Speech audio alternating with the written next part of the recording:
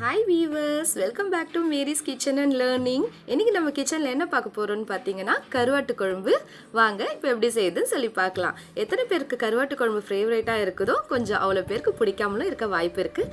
யாருக்கெல்லாம் பிடிச்சிருக்கோ அவங்கெல்லாம் இந்த ரெசிபி ட்ரை பண்ணுங்கள், ரொம்ப சூப்பராக இருக்கும்.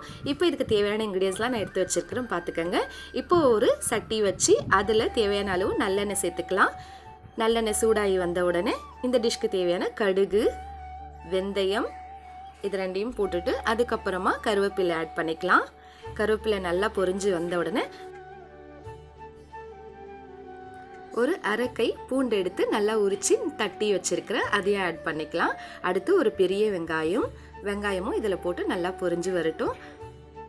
சின்ன வெங்காயம் போட்டு சமைச்சிங்கன்னா இன்னும் சூப்பராக இருக்கும். அடுத்து இந்த டிஷ்க்கு நான் நெத்திலி கருவாடு எடுத்துருக்கிறேன். 150 கிராம் நெத்திலி கருவாடு எடுத்து நல்லா சுத்தம் பண்ணி சுடு தண்ணி போட்டு கழுவி ரெடியாக வச்சுருக்கிறேன். இப்போ அதுவும் இது கூட போட்டு நல்லா ஃப்ரை பண்ணிக்கலாம்.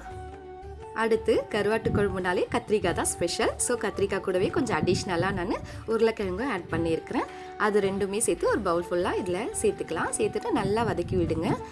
அதுக்கு அடுத்து ஒரு 100 கிராம் போல் மொச்சக்கொட்டை நைட்டு ஊற வச்சு காலையில் வேக வச்சு எடுத்து வச்சுருக்கிறேன், அதுவும் இது கூட ஆட் பண்ணிக்கலாம். இது எல்லாமே சேர்ந்து நல்லா வதங்கி வரும்போது இதோடைய ஸ்மெல்லே ரொம்ப சூப்பராக இருக்கும். அடுத்து வீட்டில் அரைச்சி குழம்பு மிளகாய் பொடி ஒரு 2 to 3 டேபிள் ஸ்பூன் ஆட் பண்ணிக்கலாம். அதுவும் போட்டு நல்லா வதக்கி விடுங்க.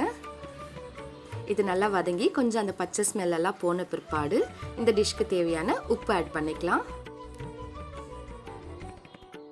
அதுக்கப்புறமா எடுத்து வச்சிருக்கிற 200 கிராம் போல் தக்காளி இதில் ஆட் பண்ணிக்கலாம்.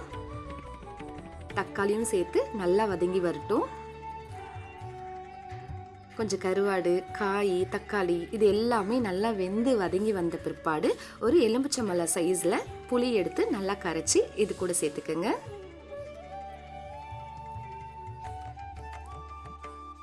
இப்போ இது எல்லாத்தையுமே கலந்து விட்டு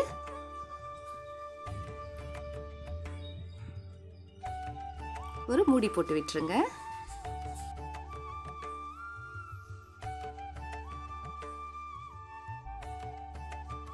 இப்போ ஒரு 10 நிமிஷம் போல் ஆகிட்டு இருக்கு, திறந்து பார்த்துக்கலாம். வாவ், கம்ம கம்மன்னு கருவாட்டு குழம்பு கொதிச்சுட்டு இருக்கு. குழம்பு இப்போ ரெடி ஆயிடுச்சு. அவ்வளோதாங்க, சூப்பரான சுவையான கம கருவாட்டு குழம்பு ரெடி.